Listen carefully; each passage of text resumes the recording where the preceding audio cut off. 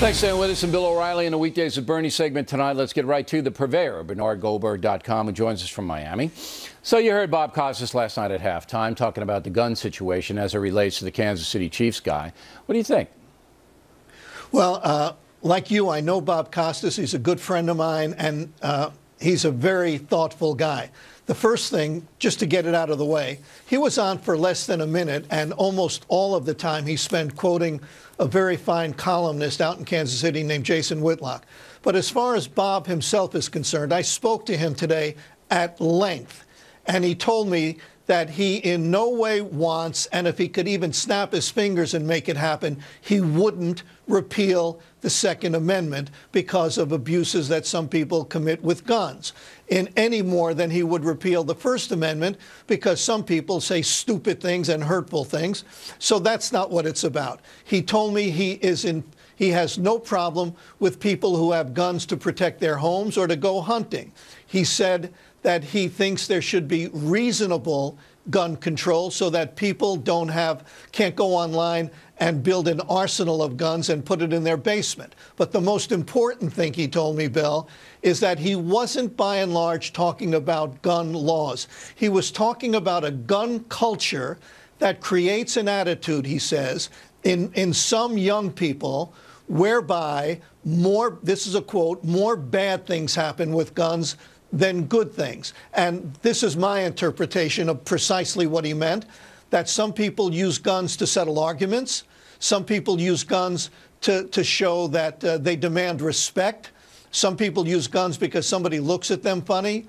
But in no way, he made clear, does he want laws to abolish guns because of these abuses. Okay. And I think he's been taking hits from people on the right today. And I think people on the right should be first and foremost in favor, agreeing with him on this attitude, this attitude that, as he said, deadens empathy in some people and has more bad things happening with guns than good things. The mistake that Costas made was he waded into a very emotional issue. He used an emotional issue, the murder of the woman and the suicide of the player, and then he put on top of that an emotional issue that people, they hear what they want to hear. Bernie, you know that.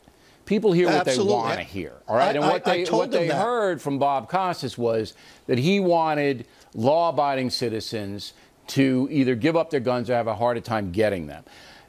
If you're going to get into this, you got to do what I did at the top of the program, give it 3.5 minutes, put forth some solutions, right, and talk about it in a non-emotional, very clinical way. And even now, I'll get thousands of emails attacking me for whatever.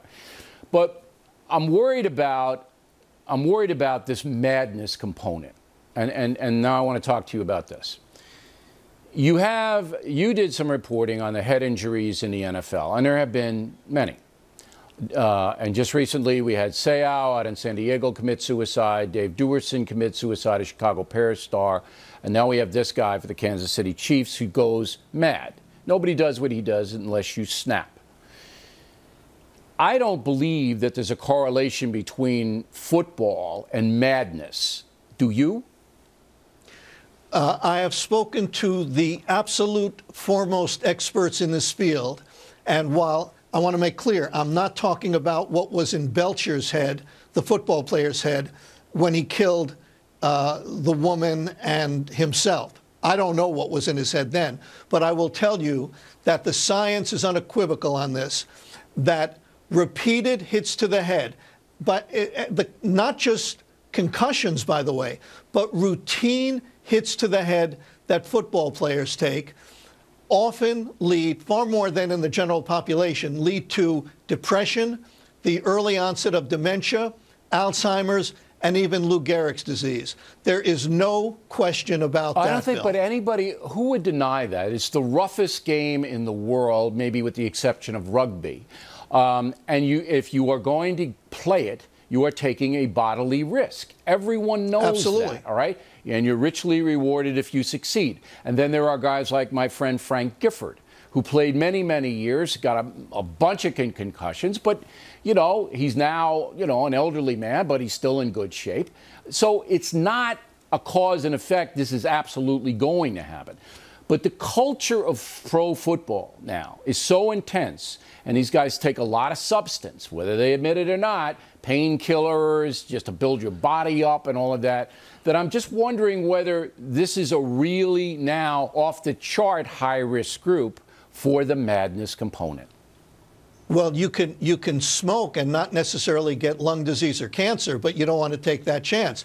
The CDC did a study this year, I think it came out just fairly recently, that said if you've been in the NFL for at least 5 years, there's a 4 times greater chance that you will die of dementia.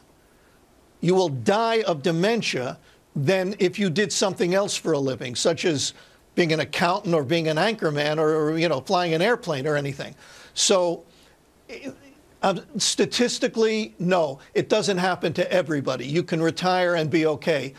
But by the same token, it's going to happen to people who have taken repeated hits to the head far more often. They will have bad things happen to them far more often. Right. Well, 4 times more often is a lot. It's a lot. Than people who didn't play football. All right, Bernie. We appreciate you coming on as always. Reality Check on Jack. Cole